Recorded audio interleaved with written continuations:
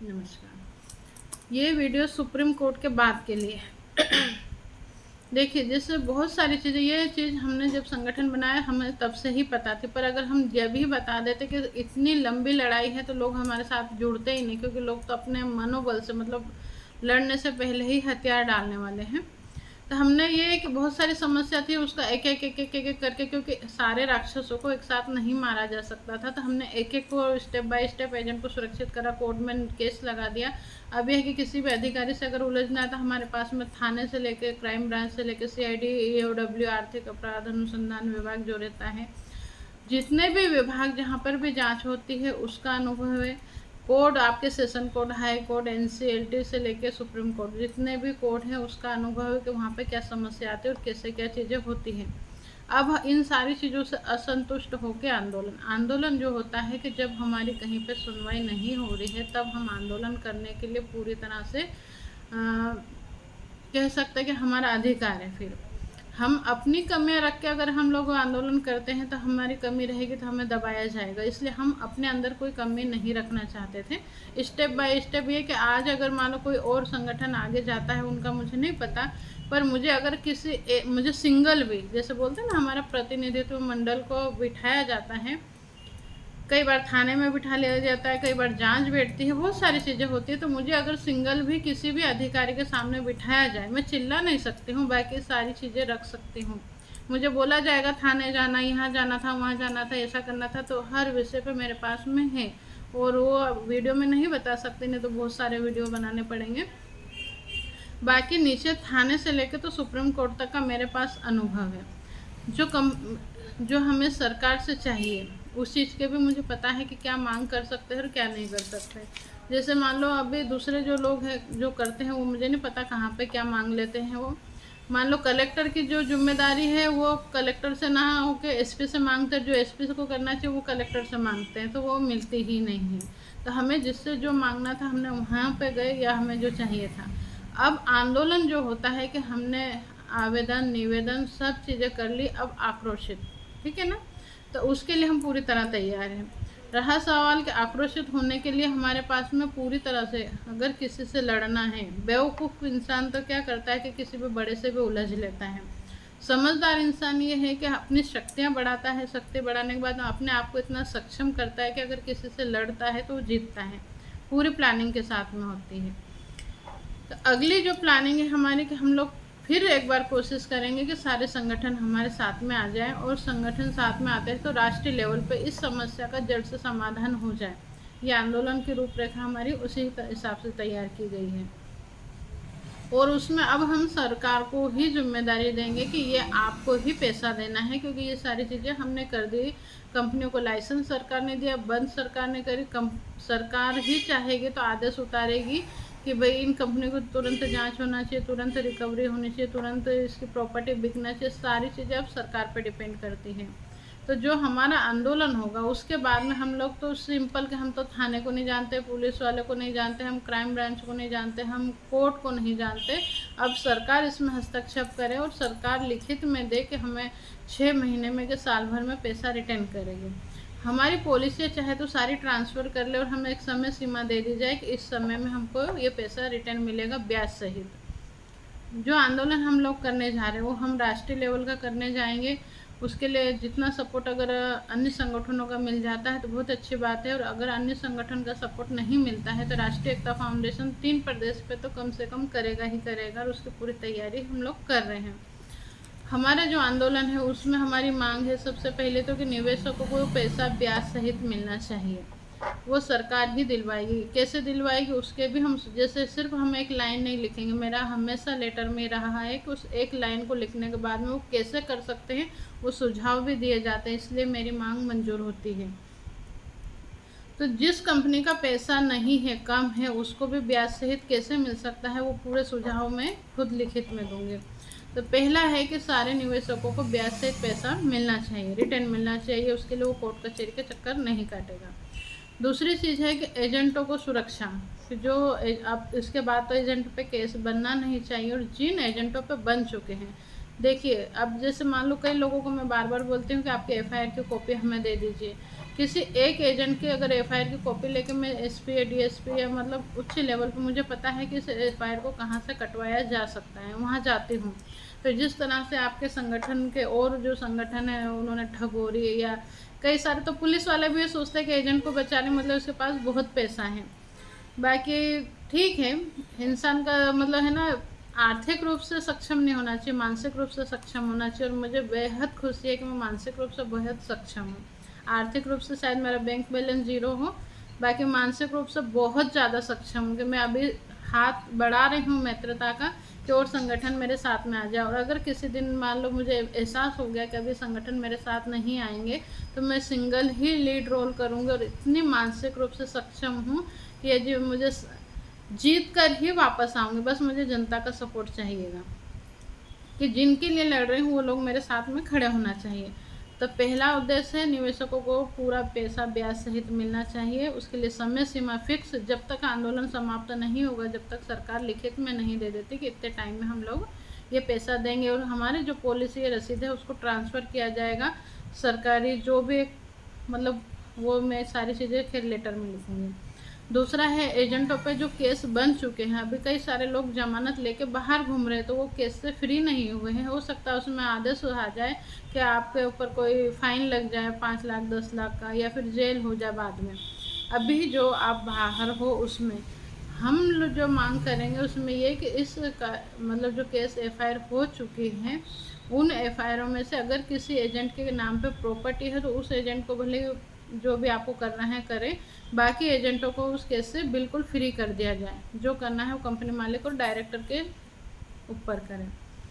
तो तीसरा जो हमारी मांग है, ये जितनी भी चिट फंड कंपनियां थी, इन चिट फंड कंपनियों में काम करने वाले अब सभी बेरोजगार हो गए। मतलब बहुत सारे लोग जो काम कर रहे हैं या नहीं छोड़ना चाह रहे हैं, उनकी समस्या ये है कि काम धंधे ही नहीं है। लाखों लोग क्या करोड़ों लोग बेरोजगार हो गए। तो इन लोगों को जो नौकरी कर सकते हैं उनके लिए नौकरी दी जाए, या नौकरी नहीं कर सकते तो रोज़गार के कोई और या तो लोन दिया जाए, कुछ भी उस चीज़ का भी पूरा मैं बना के दूंगी। क्योंकि अभी तक पैसा नीचे से ऊपर जा रहा है, हमारी प्लानिंग है कि पैसा ऊपर से नीचे आए। तो सारे एजेंट जितने भी हैं 18 से लेकर 55 साल तक की उम्र में वो कमा सकते हैं, उनके लिए रोज़गार की व्यवस्था सरकार करे और ये सरकार की जिम्मेदारी बनती है। मैं इसके लिए 2024 तक नहीं रुकना चाहती, 2023 चुनाव से पहले पहले ये सारी चीज़ें हमें करवानी है और ये सब होगी आपके साथ से। तीसरा है जैसे अन्य संगठन ये धमकियां देते हैं, आप लोगों ने देखा होगा, जैसे जो अभी दे रहे हैं उनको लग रहा है कि हम ही धमकी दे रहे हैं और सरकार हमारी सुन लेगी। तो आप 2015 से लेके अभी यूट्यूब पे या गूगल पे मेरी बात बिल्कुल मत मानो। मैं आपको बोल रही हूँ वास्तविक बनो, ना नास्तिक बनो ना आस्तिक बनो, वास्तविक बनो। आप गूगल पे और यूट्यूब पे सर्च करना और चुनाव बहिष्कार का लिख देना, चिटफंड वाले चुनाव बहिष्कार, तो बहुत सारे वीडियो आ जाएंगे आपको यूपी, एमपी, राजस्थान या अन्य प्रदेशों के, जिसमें कई संगठनों ने इस नारे को लगवाया है कि पहले भुगतान फिर मतदान, मतलब पहले हमें पैसा दिया जाए उसके बाद में हम मतदान करेंगे। और वही लोग जो इस तरह से प्रचार प्रसार कर रहे थे उन लोगों कहीं ना कहीं आप कुछ दिन बाद ही अपने आप को राजनीति में वो कहीं ना कहीं कन्वर्ट करते हैं। या फिर देखो राजनीति में दो तरह से जाया जाता है कि एक तो व्यक्ति खुद सक्षम है कि राजनीति में जा सकता है और लोगों के लीड रोल कर सकता है, वो किसी न किसी पार्टी से टिकट ले लेता है। दूसरा रहता है कि जो बेच देता है ना, कि विश्वास में लेके बेच दिया, तो लोगों को अपने विश्वास में लिया और फिर किसी न किसी पार्टी से समझौता करके लोगों का ध्यान उस तरफ कन्वर्ट कराना, मतलब सरकार के विरोध में खड़ा करना। कि जो वर्तमान सरकार है, एमपी में करेंगे तो कांग्रेस के या आम आदमी पार्टी के करेंगे, राजस्थान में करेंगे तो वहाँ पे आपको या तो बीजेपी वाले या आम आदमी पार्टी वाले करेंगे। इस तरह से जो सत्ताधारी हैं उनके मतलब दिमाग में यह बिठा देंगे, भले खुद मार खा लेंगे, जेल चले जाएंगे, बहुत सारी चीज़ें ऐसी करेंगे कि आपको लगेगा कि ये आपके शुभचिंतक है। बाकी उनका टारगेट कथनी ये होती है कि आपका भला, और उनका टारगेट रहता है कि हमें लोगों को कन्वर्ट करना है इस पार्टी से उस पार्टी की तरफ। फिर वो आपको लास्ट मोमेंट पे लाके दे देंगे, देखो इतने टाइम से अपन ने सुनवाना चाह रहे थे, नहीं सरकार ने नहीं सुना, अब इनको हटाओ। और फिर किसी न किसी नेता से समझौता कर लेते हैं, या तो पैसा ले लेते हैं या फिर टिकट ले लेते हैं, और फिर सब लोगों का ध्यान उधर कन्वर्ट कर देते हैं कि इनको अब जिता दें तो अगली ये जीतने के बाद हमारा पैसा दिलाएंगे। ये जितने भी लोग चुनाव के बहिष्कार की बात करते हैं ये कहीं ना कहीं ये प्रोपोगंडा है। आप चाहो तो यूट्यूब पे देख लेना, मैं बोल रही हूँ ना कि वो लोग बोल रहे हैं कि मैडम झूठ बोल रहे, तो हाँ समझ लो कि मैं झूठ बोल रही, तो मेरी बात पे विश्वास मत करो, आप यूट्यूब पर गूगल पे जाके सर्च कर लेना, फिर जो आपको सही लगे उस चीज़ को मान लेना। तो राष्ट्रीय एकता फाउंडेशन अगला आंदोलन जो करेगा उसमें यही ही मांग रखेगा कि ना तो हम नोटा दबाएंगे और ना ही हम चुनाव का बहिष्कार करेंगे। हम सभी लोग 18 से लेकर जितने भी उम्र के हैं जो वोट दे सकते हैं, हमारा संवैधानिक अधिकार है और हम वोट देंगे। बाकी हमारी कुछ नियम शर्तें हैं, वो शर्तों में चुनाव आयोग भी घिरेगा, हमें वो मंजूरी चाहिए, वो मैं अभी ओपन नहीं कर सकती, बाकी मेरे लेटर में वो मांग रहेगी। मतलब मैं एक आंदोलन अगर मैं करती हूँ तो खुल के देश की बहुत सारी समस्याओं का समाधान होगा, जड़ से समाधान होगा, वो आप ही लोगों के माध्यम से होगा, क्योंकि मुझे मेरे देश से बहुत प्यार है। आप लोगों जिसको ऐसा लगता है ना, बहुत सारे लोग धार्मिक रूप से ये कुछ भी बोलते हैं, मैंने प्रण ले रखा, मैं मोमेडियन, और हर मुस्लिम ये चाहता है कि वो हज करने जाए, विदेश जाए, उसमें जो भी 1,00,000-1,50,000 का खर्चा आता है, तो मैं बहुत पहले ही ये प्रण कर चुकी हूँ कि मैं हज करने नहीं जाऊँगी। अगर लोग बोलते हैं कि हज करने से जन्नत मिलती है, तो मुझे जन्नत नहीं चाहिए, मैं वो पैसा हमारे ही देश के बच्चों की पढ़ाई पर खर्च करूँगी या विधवा परित्यागता के पढ़ाई पे इस पर खर्च करूँगी, मुझे विदेश नहीं जाना, मुझे मेरे देश से बहुत प्यार है। मैं आर्मी में नहीं जा सकती, बॉर्डर पे नहीं लड़ सकती, बाकी विचारों की क्रांति तो हमें है और दूसरों में भी हम पैदा कर सकते हैं। ठीक है, मुझे 5 साल लग गए, हो सकता है 5-10 साल और लग जाए, या मेरे मरते मरते मेरे जैसे सोच के कुछ लोग भी अगर पैदा हो गए तो बहुत बड़ी बात होगी, ये मेरे लिए अचीवमेंट है। तो ये जो वोटिंग वाला है, जो लोग बोल रहे हैं कि हम नहीं देंगे, हम देंगे और हमारे हिसाब से देंगे, और कहाँ पे क्या परेशानी आ रही है वो चीज़ उसमें लिखूँगी। दूसरा है कि न्यायपालिका, जैसे हम लोगों को लग रहा है कि न्यायपालिका मतलब सक्षम लोगों के पक्ष में फैसला देती है, ये सरकार के पक्ष में फैसला देती है, तो कई सारे तो ऐसे हैं कि जो न्यायाधीश हैं वो भ्रष्ट हो चुके हैं, पैसा उनको मिल जाता है, तो हम मांग करेंगे कि ईडी द्वारा न्यायाधीशों की जांच होनी चाहिए। दूसरा ये है कि न्यायाधीशों के जो मतलब हमारे कोर्ट, जो सुप्रीम कोर्ट है या हाई कोर्ट है, वहाँ पे जजों की संख्या कम है, केस जो होते हैं वो लंबे समय तक चलते, क्योंकि आज एक दिन का समय, दिन में 3-4 केस आ रहे, उसमें बहस लंबी खिंच गई तो दूसरे केस बिना सुनवाई के ही तारीख दे दी जाती है। लोगों को पता नहीं रहता, उनको लगता है बस तारीख पे तारीख, बाकी जज की संख्या हमारे देश में कम है। वकील तो बहुत, आपने देखा होगा बाहर जाओ तो सब्जी भाजी की दुकान जैसे वकील घूम रहे हैं, बाकी जजों की संख्या कम है। दूसरा यह है कि जज भी बिना जांच पीछ के ही चुने जा रहे हैं, एक तरह से देखा जाए तो उनके लिए तो आरक्षण जैसी चीज़ें हो गई हैं, तो उसका विरोध हो कि योग्यता के आधार पे सभी समाज, सभी कैटेगरी के लोग वहाँ पे जज जो बन सकते हैं, जो वहाँ की डिमांड है उस हिसाब से जज की संख्या बढ़ाई जाए योग्यता के आधार पे। यहाँ पे न्यायाधीश अगर सुधर जाता है तो हमारे देश की बहुत सारी समस्याओं का समाधान हो जाएगा, तो ये भी उसमें रहेगा, क्योंकि ये कहीं ना कहीं लीगल अनलीगल तरीके से हमसे भी जुड़ा हुआ है, चिटफंड वालों से भी, क्योंकि हमारे केस सुप्रीम कोर्ट में लगे, अगर मान लो जज बिक जाएगा तो आप क्या करोगे? तो आप आपके लिए लड़ रहे हो, आपके साथ साथ आप देश के लिए भी लड़ रहे, तो हमारे आंदोलन में ये चीज़ भी रहेगी। दूसरा, हमारा रात दिन काम पड़ रहा है आजकल पुलिस वालों से, और पुलिस वाले कई सारे ऐसे कि सुनते हैं, कई सारे तो सुनते ही नहीं, इतनी चिड़चिड़ करते, बहुत सारी चीज़ें करते हैं। तो हम ऐसे मोटे मोटे देखा जाए तो हमें पुलिस वाले भ्रष्ट लगते हैं, पुलिस वाले सही से काम नहीं करते, किसी की सुनवाई नहीं करते, वो अपनी जिम्मेदारियों को अच्छे से नहीं निभाते। बाकी आपने उसको बारीकी से देखा, सुना, समझा ही नहीं, और मैं एक सोशल वर्कर हूँ, मुझे समाज के हर बुराई पे निगाह रखनी ही है, और आगे जाके मैं बहुत सारी चीज़ें करूँगी। तो इसी आंदोलन में हम पुलिस वालों की जो 24 घंटे की मतलब उनको 24 घंटे की ड्यूटी रहती है, तो उनकी समय सीमा फिक्स, जैसे दूसरी नौकरी में समय सीमा फिक्स रहती है, वैसे समय सीमा उनकी फिक्स की जाए पुलिस वालों की, और पुलिस विभाग में भर्ती बढ़ाई जाए, क्योंकि हम में से ही बहुत सारे एजेंट ऐसे हैं जो पढ़ाई कर रहे थे या कर रहे हैं और वो चाहते हैं कि देश की सेवा के लिए आगे जाएं, पर ऑप्शन ही नहीं है, नौकरी ही नहीं है। तो यहाँ गुंजाइश है, क्योंकि बॉर्डर पे हम लोगों को बहुत कम ज़रूरत पड़ती है, ऊपर वाला ना करे कि हमारे देश को खतरा हो, पर सिटी के अंदर तो रोज़ ही कुछ ना कुछ खतरा रहता है। अब पुलिस वालों के पास इतना काम है कि वो काम कर ही नहीं पाते, तो कुछ तो बेकार रहते हैं, कुछ मजबूरी भी है उनकी। तो यहाँ पे यदि पुलिस बल बढ़ जाता है तो समाज की बहुत सारी समस्याओं का समाधान होगा, उन पर भी स्ट्रेस कम होगा। तो आप लोगों को पता नहीं तो बहुत सारे पुलिस वाले भी आत्महत्या कर लेते हैं। तो ये पॉइंट भी हमारा उस आंदोलन में रहेगा। वैसे ही न्यूज़ चैनल, जैसे मीडिया वालों को हम लोग भ्रष्ट बोलते हैं, या हम बोलते हैं कि मीडिया हमारी न्यूज़ नहीं दिखा रहा है, इनके साथ में भी अच्छी बुरी बहुत सारी चीज़ें हैं। तो पहले हम इनके लिए अच्छा करें, फिर इसके बाद में अगर ये हमारे साथ में गलत करते हैं तो हम इनके साथ में भी गलत कर सकते हैं।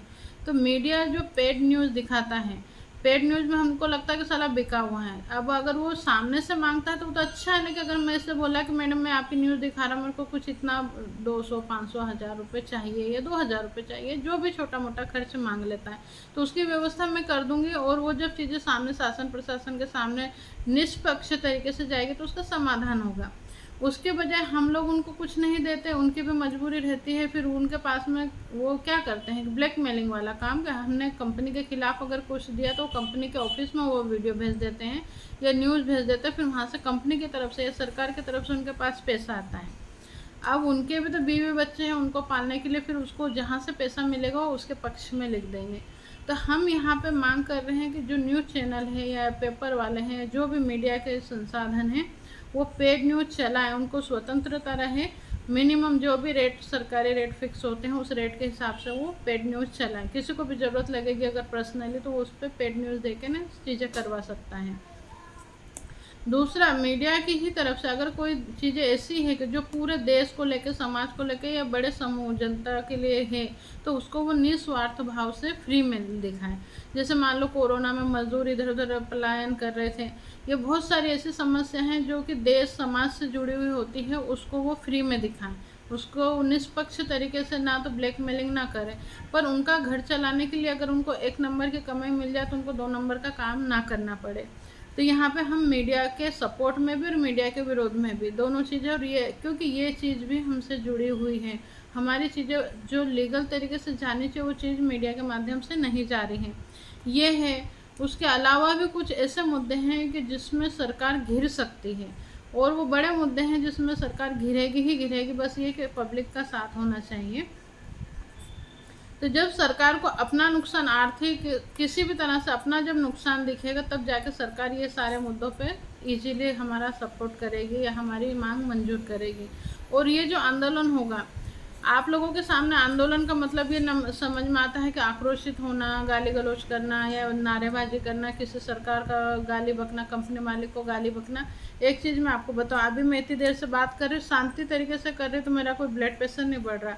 यहीं पे अगर मैं गुस्से में अभी गाली गलौज करती, जैसे कि बहुत सारे देखना आप, संगठन के जो राष्ट्रीय अध्यक्ष हैं उनके 12 बजे हुए चेहरे पे, जबकि वो जेंट्स हैं, बाहर घूम सकते हैं, और उनको ऊपर वाले ने इतनी सक्षम बॉडी दी होती कि बाहर का वातावरण उनको ज़्यादा परेशान नहीं कर सकता। मैं एक लेडीज़ हूँ, अगर कहा जाए तो तन मन धन से मैं नाजुक हूँ, जो लोगों की सोच है।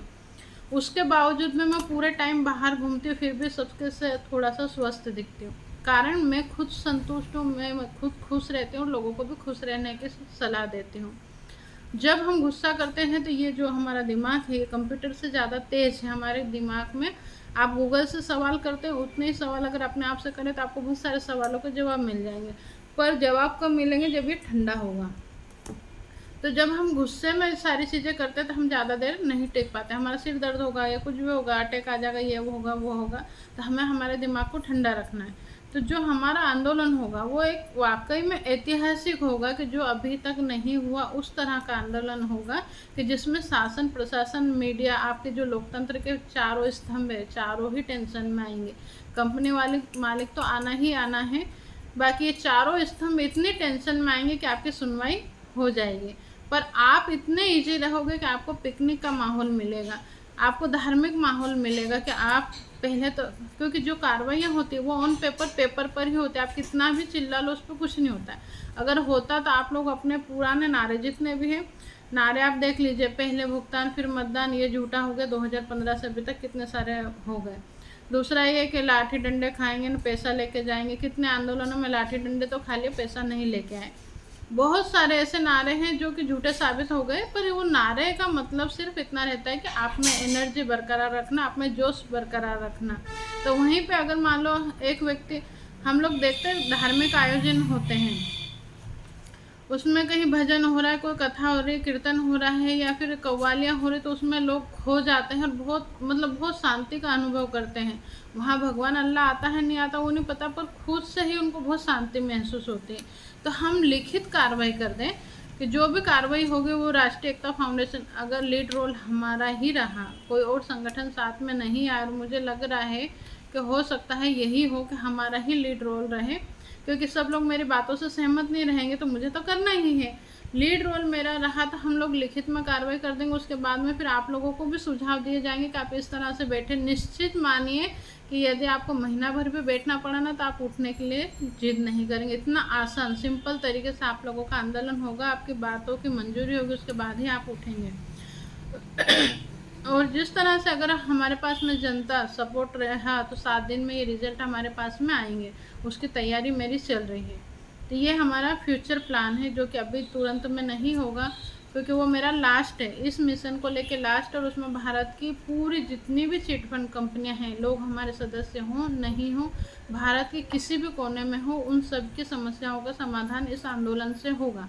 पर इसके लिए मुझे चाहिए सिर्फ और सिर्फ जनता का, क्योंकि जो अनुभव था वो मेरे पास है, हिम्मत मेरे पास में है, नेतृत्व में सारी चीज़ें अच्छे से कर सकती हूँ, पूरी प्लानिंग आपको अच्छे से करके दे सकती हूँ। अब मुझे सिर्फ और सिर्फ जनता का साथ चाहिए, और मेरे लिए नहीं चाहिए, आप ही के लिए चाहिए, हमारे देश के लिए चाहिए। ये जो समस्याएं हैं जो जिन पे हम लोग वर्क कर रहे हैं, ये पूरे देश की समस्या है। अगर ये समस्या का समाधान हो जाता तो कहीं ना कहीं हम अपने आप को क्रांतिकारी, देशभक्त, या फिर अगर मुझे मरना भी पड़ा ना तो शहीद की मौत होगी, तो बेहद खुशी होगी ये समस्या का समाधान हो गया। तो ये सब संभव होगा आप लोगों के साथ से। तो अब आपको ये करना है कि आपको निर्णय लेना है। अब आप निर्णायक मोड़ पे बैठो और निर्णय लो। बहुत सारे संगठन बने हैं, चल रहे हैं और चलते रहेंगे, उनको हम नहीं रोक सकते। मैं भी आई हूँ, मैं भी ये सारी चीज़ें बता रही, दूसरे भी बता रहे, मैंने सारी चीज़ें लिखित में ऑन पेपर दिखा दी आपको, आप उनसे भी देखें, सुने, समझे, उसके बाद आप निर्णय ले लें कि आपको किसका विचार अच्छा लग रहा है, आपको जिसका विचार अच्छा लगे। क्योंकि विचारों की ही मतलब उद्देश्य जो रहते हैं ना, कथनी तो हम सबकी एक है, बाकी करनी हम सबकी अलग है।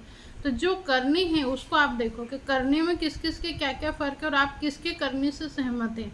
आपको लग रहा है कि हमें इनके साथ जुड़ना, आपको लग रहा है उनके साथ जुड़ना, और मेरे को बहुत सारे लोग गाली बक रहे हैं, मैं चाहती हूँ कि वो और बके, इतना बके कि उनके दिमाग जो भी है, उनकी जो मशीनरी है ये वो फाल्ट हो जाए।